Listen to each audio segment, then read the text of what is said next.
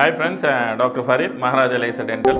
இந்த எபிசோடில் பார்த்தீங்கன்னா இனி ஒரு காமனஸ்ட் திங்கு சார், ரொம்ப சூடாக சாப்பிட்டாலும் ரொம்ப விறுவிறுன்னு சாப்பிடலாமான்னு கேட்பாங்க. ஃபஸ்ட்டு எடுத்தோடனே என்னை பொறுத்த வரைக்கும் நம்ம நார்மல் ரூம் டெம்பரேச்சரில் போகும்போது ஒன்றும் தொந்தரவு இருக்காது.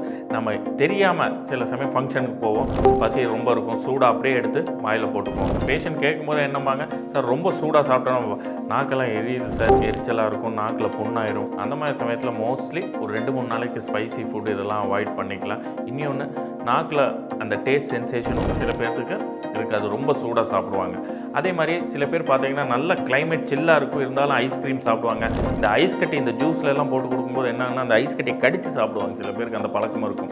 பட் பொதுவாகவே பார்த்தீங்கன்னா நம்ம பல்லை பொறுத்த வரைக்கும் எனாமல் ரொம்ப சூடு விறுவிறு தாங்கக்கூடியது. ஒன்ஸ் அந்த எனாமல் போயிருந்துச்சுன்னா அவங்களுக்கு கண்டிப்பாக அந்த சென்சிட்டிவிட்டிங்கிற தொந்தரவு இருக்கும்.